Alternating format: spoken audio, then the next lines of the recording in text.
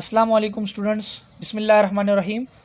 हम exercise 1.2 unit number 1 matric class math Sindh board का आगाज़ कर चुके थे, जिसमें सबसे पहले हमने क्वेश्चन नंबर 1 किया एंड देन हमने क्वेश्चन नंबर 2 जिसमें हमने सवाल बनाना सीखा। क्या सवाल था? a इक्वल टू एक्स, और x क्या है? पॉजिटिव इवन इंटीजर है लेकिन 10 से कम, और b बराबर है x, और वो x क्या है? पॉजिटिव ऑड इंटीजर लेकिन 10 से कम।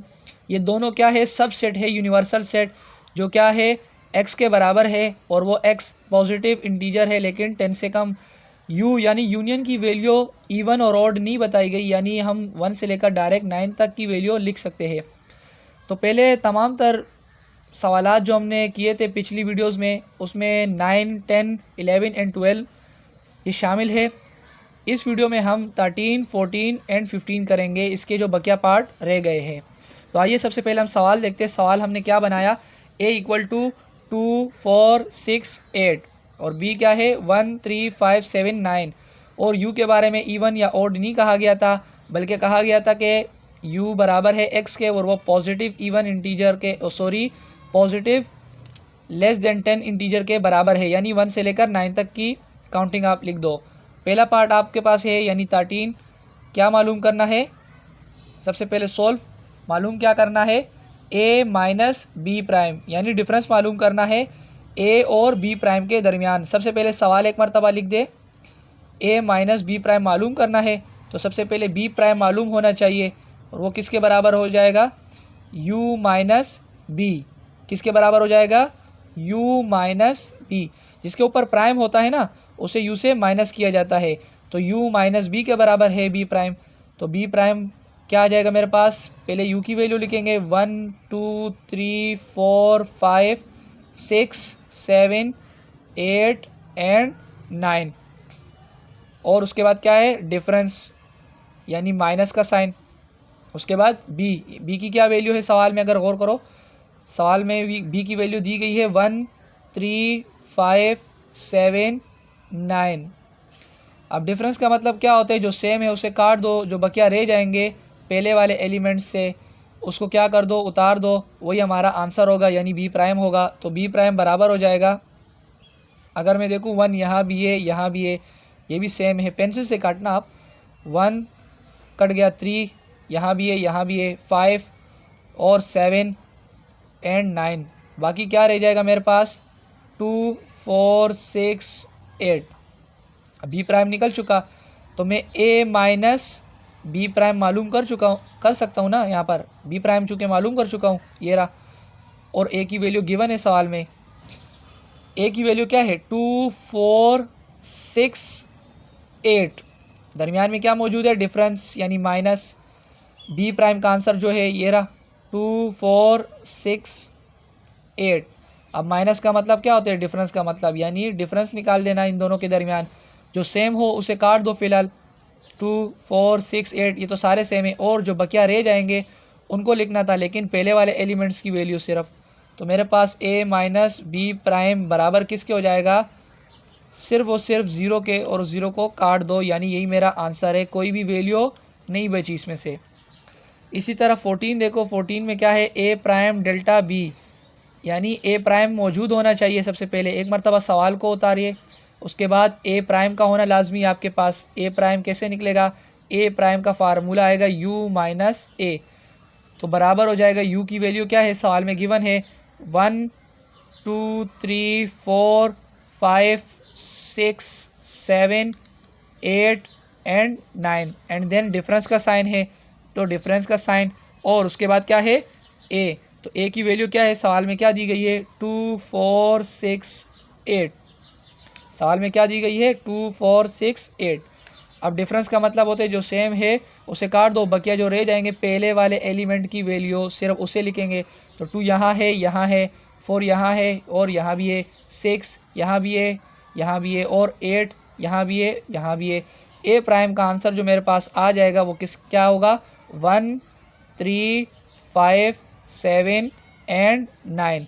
a प्राइम आ चुका है ना। अब मैं क्या मालूम कर सकता हूँ? a प्राइम और b के दरमियान का डेल्टा, जो सवाल में पूछा गया था, a प्राइम डेल्टा b बराबर हो जाएगा, a प्राइम क्या है मेरे पास? ये रहा, 1, 3, 5, 7 9 और उसके बाद क्या है डेल्टा, तो डेल्टा आपने लिखा।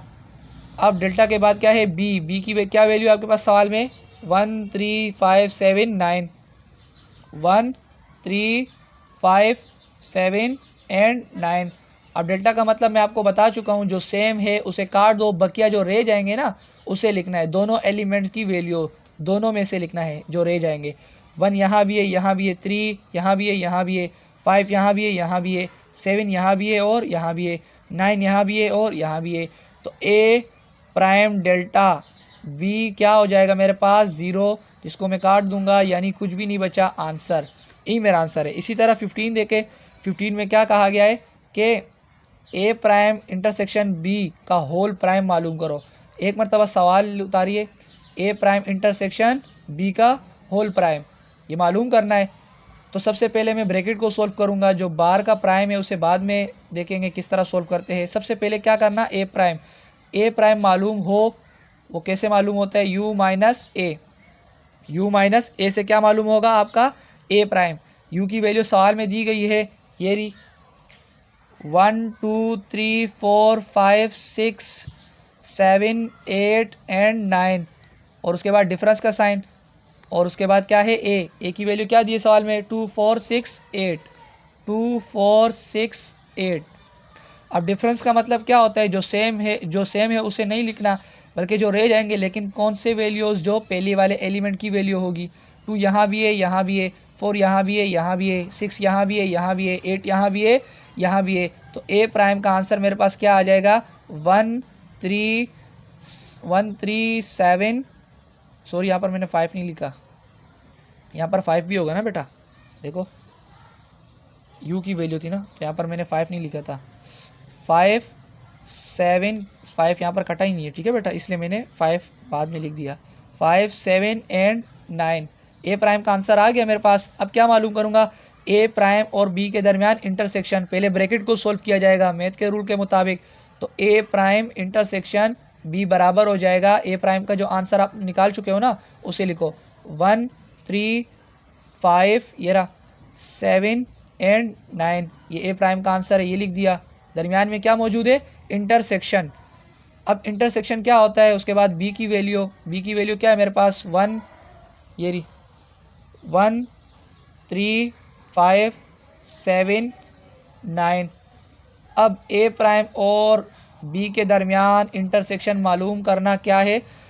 इंटरसेक्शन क्या होता है, इंटरसेक्शन का मतलब जो सेम है उसे लिखना है। तो पहले मैं काट देता हूँ जो सेम है। अगर मैं देखूँ 1 यहाँ भी है, यहाँ भी है, 3 यहाँ भी है, यहाँ भी है, 5 यहाँ भी है, यहाँ भी है, 7 यहाँ भी है और यहाँ भी है, 9 यहाँ भी है, यहाँ भी है।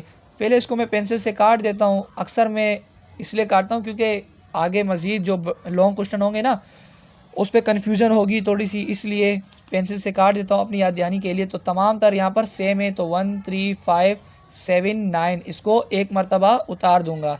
ये मेरा ए प्राइम इंटरसेक्शन बी का आंसर है। लेकिन सवाल में क्या पूछा गया था, ए प्राइम इंटरसेक्शन बी का होल प्राइम मालूम करो।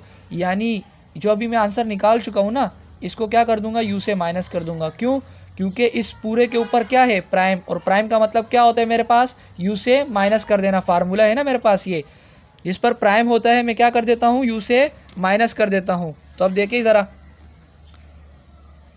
ए प्राइम इंटरसेक्शन बी का होल प्राइम पूछा गया था, ये बराबर हो जाएगा यू माइनस जिसके ऊपर प्राइम है। प्राइम किसके ऊपर है, ए प्राइम इंटरसेक्शन बी के ऊपर, ये होल प्राइम है ना। तो ए प्राइम इंटरसेक्शन बी को मैं क्या कर दूंगा, माइनस कर दूंगा यू से।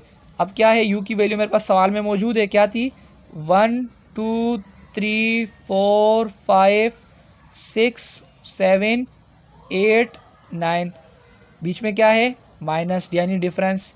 और जो मैं आंसर निकाल चुका हूँ वो आंसर क्या था मेरे पास, ए प्राइम इंटरसेक्शन बी। ये आंसर क्या है मेरे पास 1 3 5 7 9, यही लिख देंगे आप 1 3 5 7 एंड 9, यही बचा मेरे पास। अब माइनस का मतलब होता है जो कट रहे उसको काट दो, बकिया जो रह जाएंगे वही मेरा आंसर होगा। लेकिन कौन सा, जो पहले वाले एलिमेंट से रह जाए। 1 यहाँ भी मौजूद है, यहाँ भी मौजूद है, 3 यहाँ भी मौजूद है, यहाँ भी है, 5 यहाँ भी मौजूद है और यहाँ भी मौजूद है, 7 यहाँ भी मौजूद है और यहाँ भी मौजूद है, 9 यहाँ भी मौजूद है और यहाँ भी मौजूद है। अब इसकी कोई भी वैल्यू नहीं बची, यानी सेकंड एलिमेंट की या सेकंड सेट की कोई भी वैल्यू मेरे पास नहीं बची। लेकिन बाज़ दफ़ा अगर बच भी जाए तब भी इसको नहीं लिखना होता। तो ए प्राइम इंटरसेक्शन बी का होल प्राइम जो मैं यहाँ इस फार्मूले से मालूम कर चुका हूँ, वो बराबर हो जाएगा, बकिया क्या रह गया 2 4 6 8। 8 नहीं कटे बेटा, ठीक है, देखो 8 यहाँ नहीं है, तो 2 4 6 8 ये मेरा आंसर हो जाएगा। तो आंसर की में सबसे पहले मैंने यहाँ पर अभी कौन सा पार्ट किया, 13, तो 13 ये रहा मेरे पास। 13 का आंसर देके आप 0, यानी कुछ भी नहीं बचा, ये रहा। और उसके बाद 14 पार्ट किया, 14 का आंसर भी आप देख रहे हो 0, ये रहा। और उसके बाद देन 15 पार्ट किया, 15 पार्ट का देखिए आंसर क्या दिया हुआ है, ए। नहीं बेटा, ये वो ए नहीं है। अगर ये स्मॉल अल्फ़ाबेट लिखा गया होता तो मैं कह सकता था कि इसका आंसर ए आना है, लेकिन ये कैपिटल वर्ड में दिया गया है, यानी ये ए ज़ाहिर कर रहा है कि ये ए क्या है, ए बराबर है 2 4 6 8। जो सवाल में हमने सबसे पहले सवाल बनाया था ना, ए क्या है 2 4 6 8, इसके बराबर है कैपिटल ए। तो अगर आप देखो हमारा आंसर भी क्या है 2 4 6 8, यानी कैपिटल ए। इसके बजाय मैं ये भी लिख सकता हूँ, लेकिन ज़्यादा बेहतर तरीका ये है कि मैं क्या कर दूँ 2 4 6 8 लिख दूँ। अगर आपको हमारी ये वीडियो समझ आ गई, पसंद आ गई, लाइक करें, शेयर करें, सब्सक्राइब करें, और सब्सक्राइब करते वक्त बेल आइकन को लाजमी दबाइएगा ताकि हमारी हर एक अपलोड करदा वीडियो आपके पास पहुंच सके।